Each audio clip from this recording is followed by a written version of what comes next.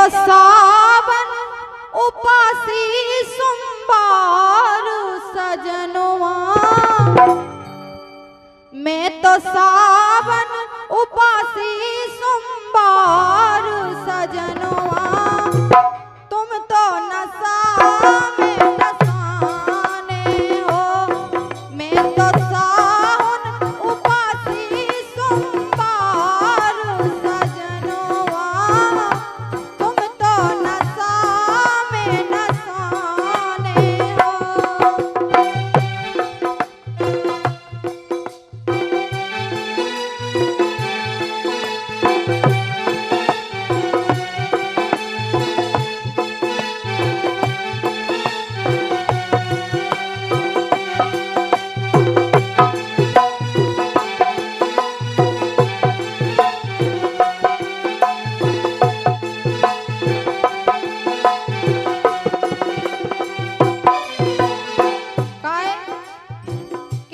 बिल्कुल 24 घंटा नशा करें, यही से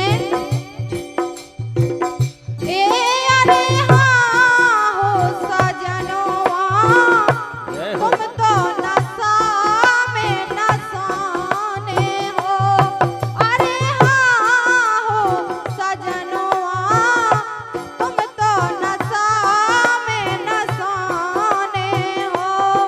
मैं तो व्रत करे हो सोमवार सजनवा, तुम तो नशा में नशाने हो।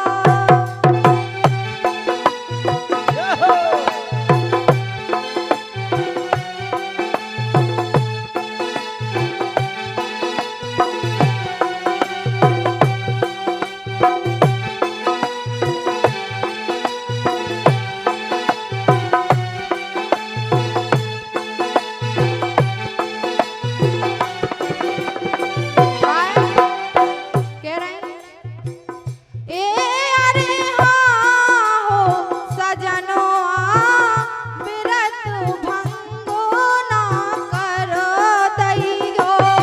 अरे हाँ हो सजनवा, व्रत भंग ना करो दैयो।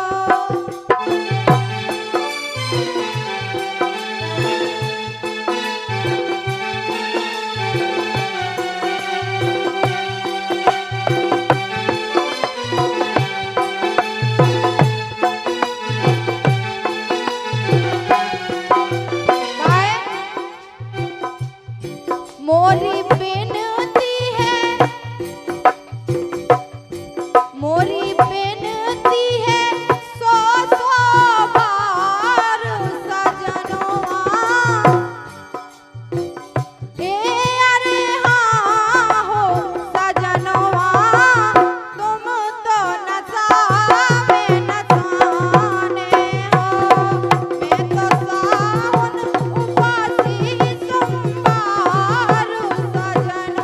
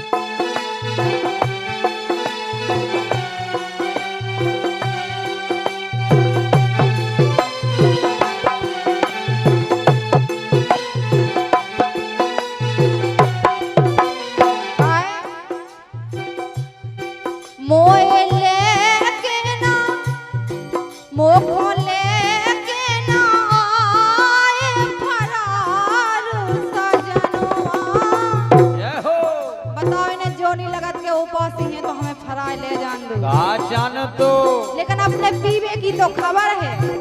नहीं अब कहीं हमने बिल्कुल विचार कर लो कि किया लेके अभी अच्छा आओ मोखन लेके ना आए फरार सजनवा तुम तो नशा में नशाने हो। मैं तो सावन उपासी सोमवार सजनवा तुम तो नशा में नशाने हो।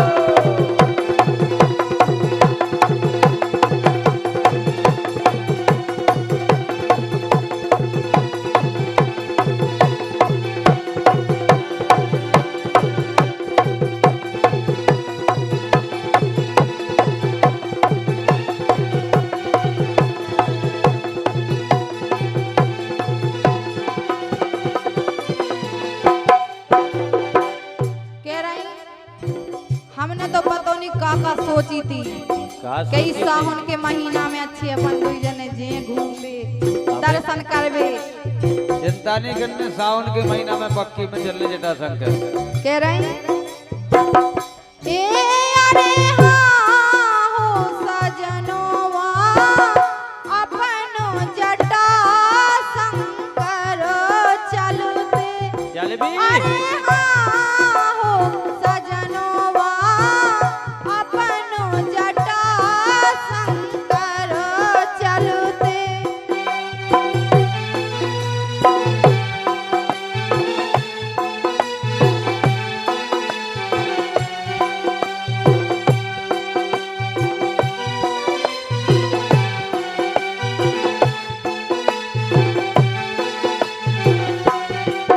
हाय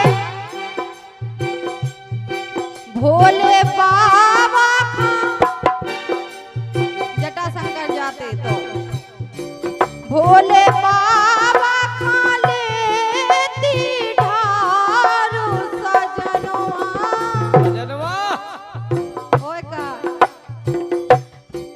भोले बाबा खा लेती ढारू सजनवा तुम तो नशा में नशाने हो।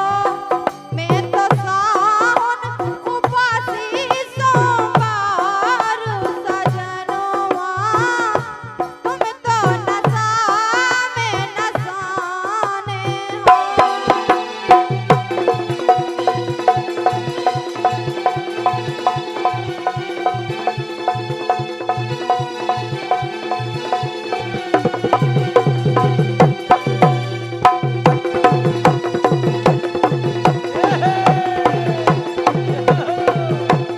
क्या बात है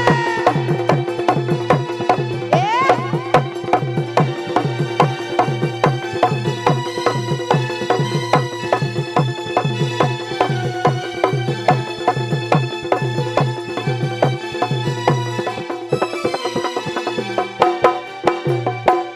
लेकिन आखिरी में बेचारी पछता रही हो कह रही क्या कह रही ए अरे हाँ हो सजनवा सजनवा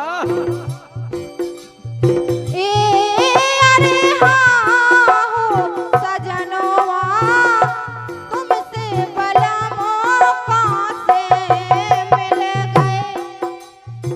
अरे हरे राम दी करम ही फूट गए हमारे तो। राम राम ऐसे सुख मिल गए ए अरे हाँ हो सजनवा तुमसे भला मौका से मिल गए। काहे कैसे जाने थे रसिया तुम हो